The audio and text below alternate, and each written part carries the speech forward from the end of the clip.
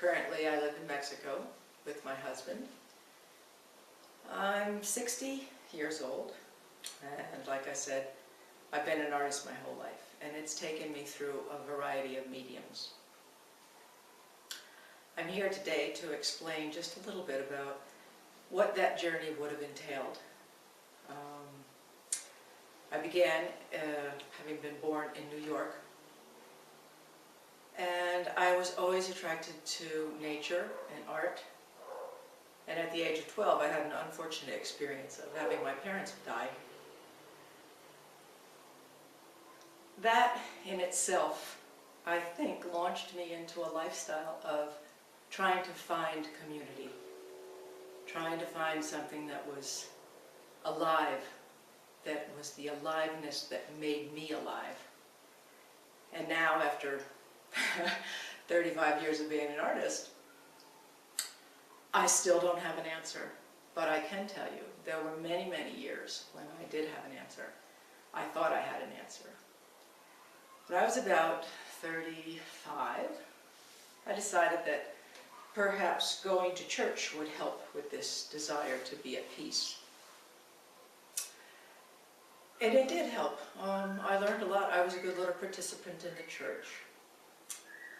I got into every group. I read all these books. I read saints. I was sort of a closet Christian. My friends didn't really like what I was doing, but I liked what I was doing. Then I painted my first icon, and I thought, man, I've done it now. This is something that I can love and adore. This is something that can embrace me. This is something that I'll never get tired of looking at. So I started painting. And I painted one, and then I painted another, and then I painted another. Pretty soon I had a studio full of them, and I had abandoned every other form of art. I had abandoned painting murals and having little journeys here and there. I had isolated the one art form that I really thought I could excel in. That took about 18 years to exhaust. Finally, I felt a little too confined by a very rigid, conservative, Orthodox church that had had 2,000 years of images of Christ, the story of the Bible, every saint, every image of Mary, the goods, the bads, the how-tos, the doctrines, the correct way to do it, the support of the church, the blessings, the incense. It just went on and on and on. But I still wanted something more. I wanted something to satisfy that tremendous loss that I think I had as a child. I think most of you can probably realize that there's plenty of loss we all experience. I think the trick for an artist often is realizing that you want to figure out where that space can be filled within yourself. And if you can manage to come up with some beautiful things to look at in the process, it's a lovely experience. So, there I am, happy in my studio in Mexico with my loving, wonderful husband, painting icons.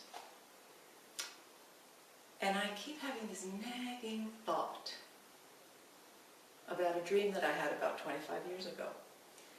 In that dream, I was standing in a large arena. It was dark blue, and in the walls there were little tiny pieces, little vignettes of fragments from cultures around the world. It was lovely. I felt totally peaceful, and right in the center there was this illuminated table that was illuminated from above, and I had entered the room, and I thought, man, this is really not like church, but somebody has been having a very nice time in here, a real experience of God, a real experience of love, a real experience of ongoing search. So there's that little dream that I had years ago, and one day I just walked out of my studio and said, that's it, I'm not going to deal with Jesus anymore. I'm going to put all of my icons away and try to figure out what that dream would look like in reality. What would that look like if it just poured out of my hands? So my first image I painted was the Mayan corn god, because I live in Mexico and I wanted to honor the Mexican culture. From there I went to, I don't know, the Navajo Indians, and then it was the Sumerian gods, and then it was Atisha, and then it was, I don't know. Pretty soon I had 17 images all around the studio. Great big paintings, didn't know what I was doing. And wondering, boy, I might be in the weeds here, because this is not what I've been doing, and this is not what I've been training myself to do, and this is not the language that I know of, and I don't know anything about these cultures, but I know one thing. They make me feel good painting them.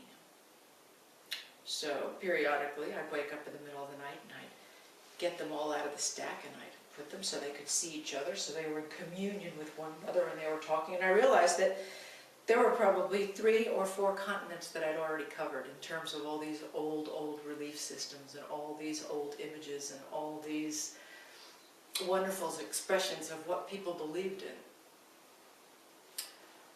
Well, at the end of 17 images, I said, okay, well now I got 17 images that are icons, and I'm not an artist that's going in that direction, so now what am I going to do? I thought, well, I'll just keep painting. So instead of painting dead images or animal images or effigies or things that I really didn't know about because the cultures were too old and we don't have enough information, I'd start painting people who actually lived and walked among us. People who I thought were worthy of teaching me something about how to be a full human being, how to be a real living organism on the planet that would be a benefit to the world. And I came up with, first I painted Confucius, then I painted Plato, then I painted, of course I had to paint Jesus because I love Jesus, then I painted Lao Tzu, then I painted Moses. I don't really remember the order really standing here, but I do know at the end of 10 images I had everybody, and the only woman I had to represent all of us females was Mother Teresa. The work was beautiful, and these images were even larger than the other ones. So I said, all right, so now I've got 27 images. I'm quickly going out of my mind, and I run into a friend of mine, and I said, listen, I've got to go back to painting icons. I don't know what I'm doing. I've lost my way. And he said, no, keep going. Build a structure for them. Remember that dream you had? And I said, yeah, I remember that. And he said, build a structure. Build it, put it all together in one image. So I said, all right. So I got out my little sketch pad and I'm drawing this and I'm drawing that. Before I knew it, I had a huge, enormous sculpture.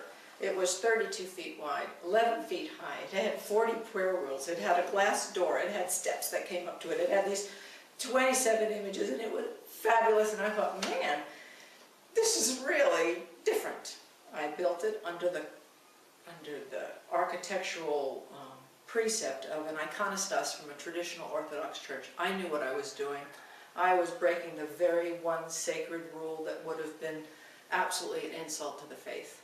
But I didn't do it unintentionally. I did it because I believed that I'd painted a lot of icons, I'd read my Bible, I'd been diligent in all of my beliefs, but that somehow there is no wall between us and the divine. There is no wall between one faith and another faith.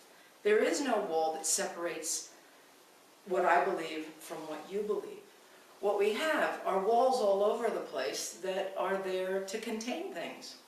And when you don't want it in the container anymore, you change it for another container. I know that I'm walking across heresy here, but I think from my own personal experience, I couldn't stay in my own box anymore because it felt as if it was to the diminishment of others. And I don't want to diminish anybody, and I myself don't want to be diminished. And that's a little bit tricky. We do that to each other all the time anyway. Through my own personal art, I came to a deep, deep, clear understanding that each of us can learn how to live in harmony if we want it enough. And it might include the polar bears. Goodbye.